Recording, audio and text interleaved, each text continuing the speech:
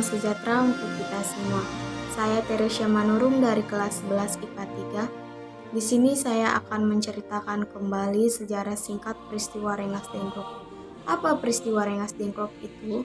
Peristiwa Rengas Dengklok adalah kejadian penculikan Soekarno dan Hatta pada tanggal 16 Agustus 1945 atau sehari sebelum kemerdekaan.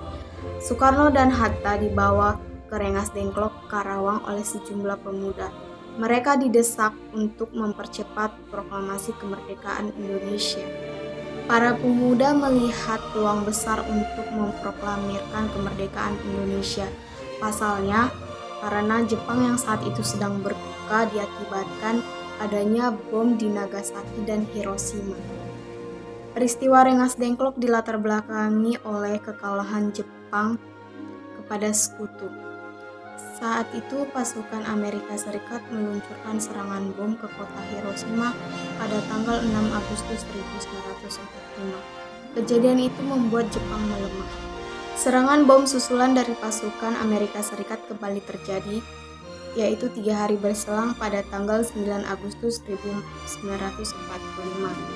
Kali ini bom atom tersebut menghancurkan kota Nagasaki.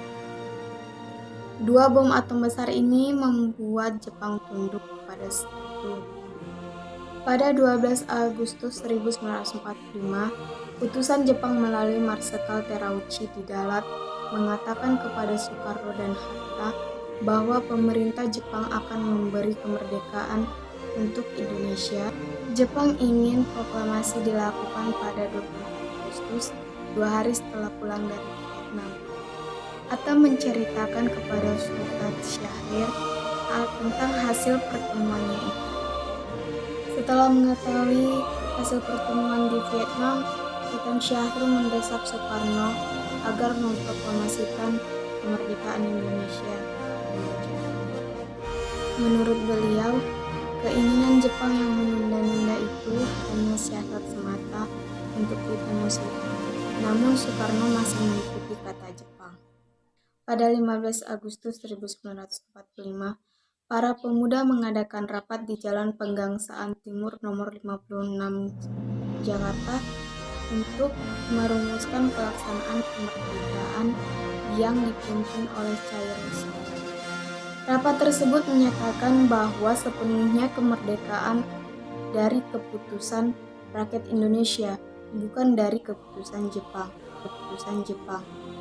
Hasil rapat ini disampaikan kepada Soekarno pada malam hari. Soekarno menolak rancangan para pemuda itu.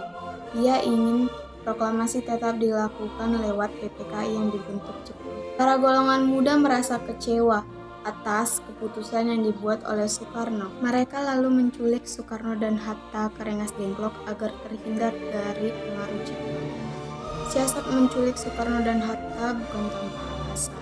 Salah satu orang yang berperan penting dalam penculikan itu yaitu pembela tanah air yang bernama Sudan Choi Singgi. Di Rengas Dengklok, Soekarno menyatakan bahwa beliau bersedia menggelar proklamasi pada saat ia dikembalikan ke Jakarta. Dari putusan itu, Ahmad Subarjo selaku tokoh dari penengah golongan tua dan golongan muda diutus untuk menjemput Soekarno dan Hatta dari Rengas Dengklok. Keesokan harinya, tepat pada tanggal 17 Agustus 1945, Soekarno dan Hatta memproklamasikan kemerdekaan Indonesia di Jalan Pegangsaan Timur nomor 56 Jakarta. Teks tersebut diketik oleh Sayuti Melik menggunakan mesin yang dipinjam dari kantor perwakilan Angkatan Laut Jerman, dan pada tanggal 18 Agustus 1945, PPKI mengambil keputusan untuk mengesahkan Undang-Undang Dasar sebagai dasar negara Republik Indonesia yang dikenal sebagai UUD 45. Cukup sekian sejarah singkat yang dapat saya sampaikan. Bila ada tutur kata yang kurang tepat, mohon dimaafkan. Kurang lebihnya saya mohon maaf dan mohon untuk dimaklumi. Sekian dan terima kasih.